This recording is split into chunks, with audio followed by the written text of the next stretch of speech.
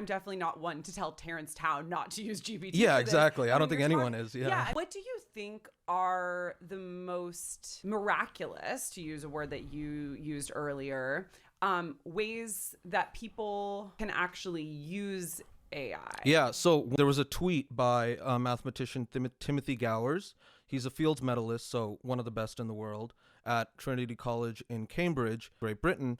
And he put out a tweet that said that, I was working on a very long proof, and in the middle of that proof, I isolated a statement that, if true, would really help me out. These are like, when you do mathematical proofs, you have these things called lemmas, which are like side gigs that you have to prove in order to prove the big thing. And he identified one statement that he wasn't really sure if it's true. So he typed it into ChatGPT 5.1, the newest model.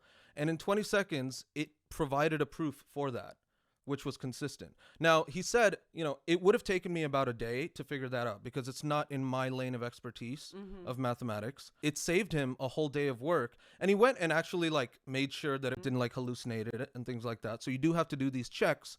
But you can see even a top mathematician is now using ChatGPT, specifically 5.1, the newest model, as part of his workflow. And one of the really interesting things that he said as a follow-up to that tweet was, we've entered this very short phase where AI is super helpful to these top practitioners. It still needs us. So he's saying, maybe later it might not even need us to prove mathematical proofs on its own. This is something that Terrence Tao at UCLA is working on, is trying to create large language models that can prove things like the twin prime conjecture or Riemann zeta, which have remained unproven for thousands of years in the case of the twin prime conjecture, all the way since Euclid.